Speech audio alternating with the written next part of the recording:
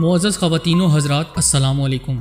بھارتی تاریخ کا ہولناک واقعہ، پہلی بار سکھ اور بھارتی فوج آمنے سامنے، خونی تصادم میں خالستان کے فلک شگاف نعرے، 13,000 سکھ فوجیوں نے استعفے دے دیے، بھارتی فوج میں بڑی بغاوت، مودی کے سیکولر بھارت کا وجود خطرے میں پڑ گیا، عالمی اداروں نے بھی مودی کی چترول کر دی، ریفرینڈم 2020 میں سکھوں کی جیت واضح ہو گئی، سکھوں نے بھی بڑی پلاننگ کر رکھی ہے، کیا سال 2020 سکھوں کی آزادی کا سال ہے، کیا بھارت ٹوٹنے کو ہے، آئیے یہ جان لیتے ہیں۔ تاہم آگے بڑھنے سے قبل چینل پر نئے آنے والے دوستوں سے التماس ہے کہ پہلے ہمارے اس چینل کو سبسکرائب کرتے ہوئے ساتھ موجود بیل آئیکن کو بھی پریس کر دیں تاکہ آپ ہر خبر سے باخبر رہ سکیں۔ تو آئیے چلتے ہیں موضوع کے اصل حصے کی جانب۔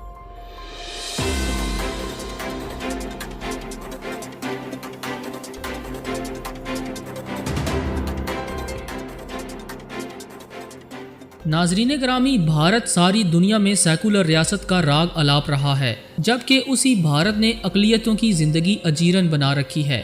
کشمیریوں پر ظلم و ستم کا لامتناہی سلسلہ جاری رکھا ہوا ہے، ریاستی دہشت گردی کے ذریعے مسلمان نوجوانوں کو شہید کیا جا رہا ہے، دوسری طرف سکھوں پر ظلم و ستم کا بازار گرم کر رکھا ہے، سکھوں کی تحریک آزادی کو بزور بازو دبا رہا ہے۔ نام نہاد امن کے علم بردار اور عوامی حقوق کے غاصب بھارت میں آزادی کی متعدد تحریکیں چل رہی ہیں، جہاں ایک طرف کشمیر کے مسلمان بھارتی ظلم اور تشدد کا شکار ہیں تو وہیں ان مظالم سے چھٹکارا حاصل کرنے کے لیے آسام اور خالستان کی آزادی کی تحریکیں بھی چل رہی ہیں۔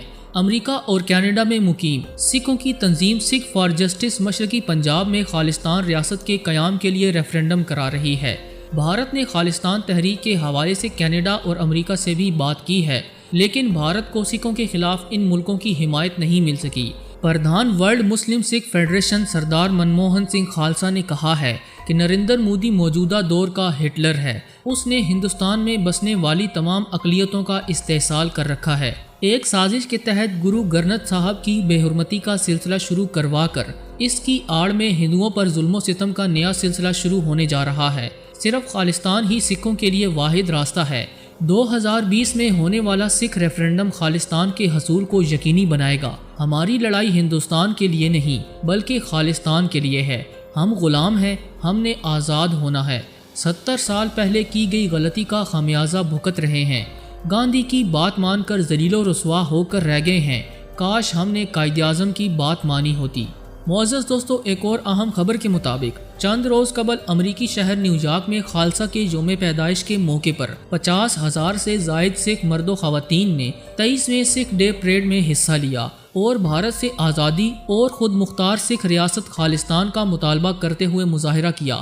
مظاہرین کے آگے آگے ایک فلوٹ چل رہا تھا جس پر 1984 میں بھارتی فوج کی سکھوں کے مقدس مقام گولڈن ٹیمپل پر لشکر کشی کا منظر دکھایا جا رہا تھا، جبکہ دوسری جانب بھارت کے اندر سے موصول ہونے والی ایک خبر یہ ہے کہ بھارتی پنجاب میں کسانوں کی ایک احتجاجی ریلی نے بھارتی فوجی گاڑی کے سامنے خالستان زندہ باد کے نعرے بلند کیے اور ان کسانوں کا بھارتی فوج سے تصادم ہوا، ڈنڈوں اور گھونسوں کا دور چلا اور کئی کسان زخمی بھی ہوئے۔ بھارتی پنجاب کے پنجابی زبان کے ٹی وی سے نشر ہونے والی ایک خبر میں بتایا گیا کہ مشرقی پنجاب میں کسان اپنے مطالبات کے حق میں مظاہرہ کر رہے تھے کہ انہوں نے ایک فوجی گاڑی کو روک کر اس کے سامنے خالستان زندہ باد کے نعرے لگائے۔ اس طرح خونی تصادم کی فضا قائم ہوئی۔ یہی نہیں، دوسری جانب بھارتی وزیر اعظم نریندر مودی کے اقوام متحدہ کی جنرل اسمبلی کے ورچوئل اجلاس سے خطاب کے دوران کشمیریوں، پاکستانیوں، سکھوں اور دیگر اقلیتوں نے نیو یارک میں بڑا احتجاجی مظاہرہ کیا۔ مظاہرین نے مودی کے خلاف شدید نعرے بازی کی اور عالمی برادری سے مطالبہ کیا کہ وہ نازی مودی اور انتہا پسند بھارتی جنتا پارٹی کی حکومت کو نہ صرف مقبوضہ وادی بلکہ پورے بھارت میں انسانی حقوق کی خلاف ورزیوں سے روکے۔ ناظرین گرامی، تفصیلات کے مطابق ہفتے کے روز اقوام متحدہ جنرل اسمبلی ورچوئل اجلاس میں نریندر مودی کی خطاب کے موقع پر نیو یارک میں اقوام متحدہ کی عمارت کے باہر کشمیریوں، پاکستانیوں، سکھوں اور دیگر اقلیتوں نے بڑا احتجاجی مظاہرہ کیا اور مودی کے خلاف شدید نعرے بازی کی۔ مظاہرین نے کہا کہ انتہا پسند مودی حکومت کشمیریوں کی نسل کشی کی پالیسی پر عمل پیرا ہے اور بھارتی مسلح افواج نہتے اور بے گناہ کشمیریوں کو شہید کر رہی ہے۔ مظاہرین نے ہاتھوں میں پلے کارڈز اور بینر اٹھا رکھے تھے جس پر بھارت کے خلاف اور تحریک آزادی کشمیر اور خالصتان کے حق میں نعرے درج تھے۔ مظاہرین نے بھارت کے زیر تسلط مقبوضہ وادی میں بھارتی فورسز کی جانب سے انسانی حقوق کی خلاف ورزیوں کو سخت تنقید کا نشانہ بنایا۔ مظاہرین نے مقبوضہ وادی میں آبادی کے تناسب کو تبدیل کرنے کے لیے بھارتی فاشسٹ حکومت کی گھنونی سازش کو عالمی برادری کے سامنے بے نقاب کیا۔ انہوں نے عالمی برادری سے مطالبہ کیا کہ وہ نازی مودی اور انتہا پسند بھارتی جنتا پارٹی کی حکومت کو نہ صرف مقبوضہ کشمیر بلکہ پورے بھارت میں انسانی حقوق کی سنگین خلاف ورزیوں سے روکے۔ یہاں آپ کو ایک اور اہم خبر بھی دیتے چلیں کہ حال ہی میں بھارت کے 13,000 سکھ فوجیوں نے بھارتی فوج سے استعفیٰ دے کر آزادی کے لیے شروع کی جانے والی خالصتان تحریک میں شمولیت اختیار کر لی ہے۔